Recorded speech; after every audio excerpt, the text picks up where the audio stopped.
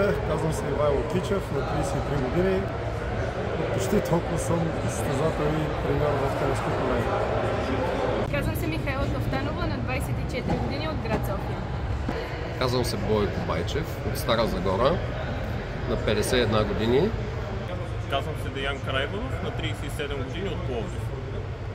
Сияна Бобева съм, на 42 години, от град Варна. Бивш състезател по тенис, записах се на курса, защото искам да практикувам тази треньорска дейност. Занимавам се с разработване на софтуерни продукти. Тенисът ми е хоби от 10 години и в тази връзка имам желание да се развивам и този курс ми се стори доста полезен като възможност за развитие. Имам собствен тенис клуб с спортна зала. Предполагам, че е една от най-добрите в България. Тенисът е много хубав спорт, много ми харесва, обичам да го практикувам. Имам много състезатели в клуба. Ще се радвам, ако мога да им помогна. И на състезателите, и на малките деца, които се надяват някой ден да тръгнат по пътя на най-добрите в света. Занимавам се с туризъм, реших да се запиша на курса, защото практикувам от малка спорта и с удоволствие ще работя тренерската професия. Намирам курса за много полезен и приятен. Има доста практични неща, има и теория. Бих препоръчал на всеки.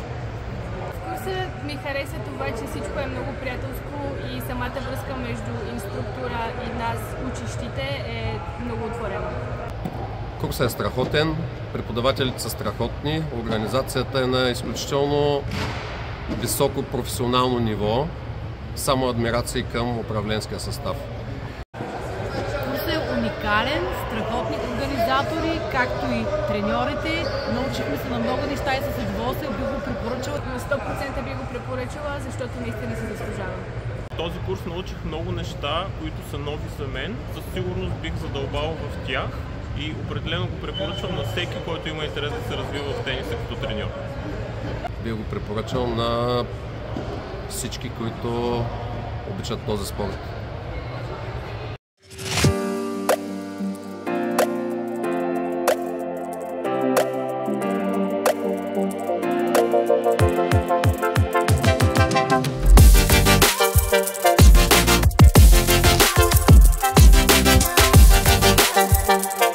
Малка част от успеха на децата зависи от самите тях.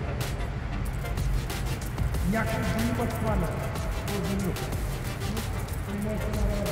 И той ще почне сега да прави това.